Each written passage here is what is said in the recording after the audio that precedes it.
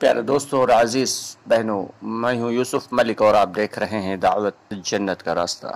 دوستو، آج کل تھوڑا سا طبیعت صحیح نہیں ہے، جس کی وجہ سے آواز میں تھوڑا سا بدلاؤ ہے۔ اس کے لیے معذرت چاہیں گے۔ ہمارے حق میں دعا کریں کہ اللہ تعالی ہم سب کو اور جو بھی ہمارے بھائی بہن بیمار ہیں، کسی بھی اعتبار سے بیمار ہیں، سب کو شفا کاملہ اللہ رب العالمین عطا فرمائے۔ دوستو، آج ہمارا المیہ یہی ہے، آج امت کا المیہ یہی ہے، امت کے لیے ٹریجڈی یہی ہے کہ آج ہم سارے کے سارے ٹکڑوں میں بٹے ہوئے ہیں، ہم سارے کے سارے فرقوں میں بٹے ہوئے ہیں، ہم سارے کے سارے بھائی ادھر ادھر کی جو ہے جھگڑوں میں پھنسے ہوئے ہیں۔ آج جو امت کمزور ہوئی ہے، آج جو ہماری غلطیاں اور جو ہماری سب سے بڑی غلطی ہے وہ یہی ہے کہ ہم فرقوں میں تقسیم ہو کر رہ گئے۔ دوستو، اس لیے ہم سب کو یہ کوشش کرنا ہے کہ چاہے وہ کسی بھی فرقے سے تعلق رکھتا ہو، کسی کو برا بھلا نہ کہیں، بلکہ یہ مان کے چلیں کہ وہ بھائی بھی ہمارا صحیح ہے اور ہم بھی صحیح ہیں۔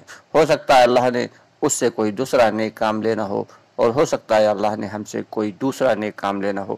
تو اس لیے جب اس طریقے سے سوچیں گے، ہم اپنی پازیٹیو سوچ رکھیں گے، پازیٹیو تھنکنگ رکھیں گے، تو اللہ کی ذات سے امید ہے کہ امت پھر فرقہ واریت سے بچ جائے گی۔ اور فرقہ واریت جو پھیلی ہوئی ہے آج امت میں کہ ہر فرقہ اپنے آپ کو صحیح اور دوسرے کو برا بھلا کہہ رہا ہے، دوسروں کو گالیاں دے رہا ہے، دوسروں کو جو ہے وہ یہاں تک کہ مشرک تک کہہ رہا ہے، تو یہ دوستو یہ بہت ہی افسوسناک بات ہے۔ اللہ ہم سب کی حفاظت فرمائے۔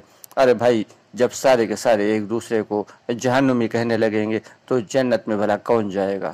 جنت تو اللہ تعالیٰ نے ایمان والوں کے لیے بنائی ہے، اور ایمان والے ہی آپس میں جھگڑا کر کے ایک دوسرے کو جہنمی قرار دے رہے ہیں۔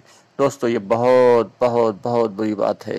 اس لیے سبھی کوشش کریں اور ارادہ کریں کہ انشاءاللہ تعالی اب سے کسی بھی فرقے کو برا نہیں کہیں گے، کسی بھی فرقے سے تعلق رکھنے والوں کو گالی نہیں دیں گے، کسی سے بھی کوئی جو ہے من مٹاؤ نہیں رکھیں گے، بلکہ ہم اپنے اعتبار سے ہمیں جو بہتر لگتا ہے اس فرقے کے اعتبار سے کام کریں گے۔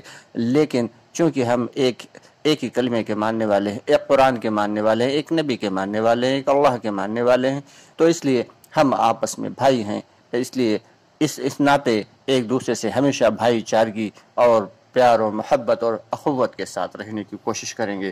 ایک حدیث میں آتا ہے، حضرت انس رضی اللہ تعالیٰ عنہ روایت کرتے ہیں کہ ہم رسول اللہ صلی اللہ علیہ وسلم کے دروازے کے پاس بیٹھے ہوئے آپس میں اس طور پر مذاکرہ کر رہے تھے کہ ایک شخص ایک آیت کو اور دوسرا شخص دوسری آیت کو اپنی بات کی دلیل میں پیش کرتا، اس طرح جھگڑے کی سی شکل بن گئی۔ اتنے میں رسول اللہ صلی اللہ علیہ وسلم تشریف لائے۔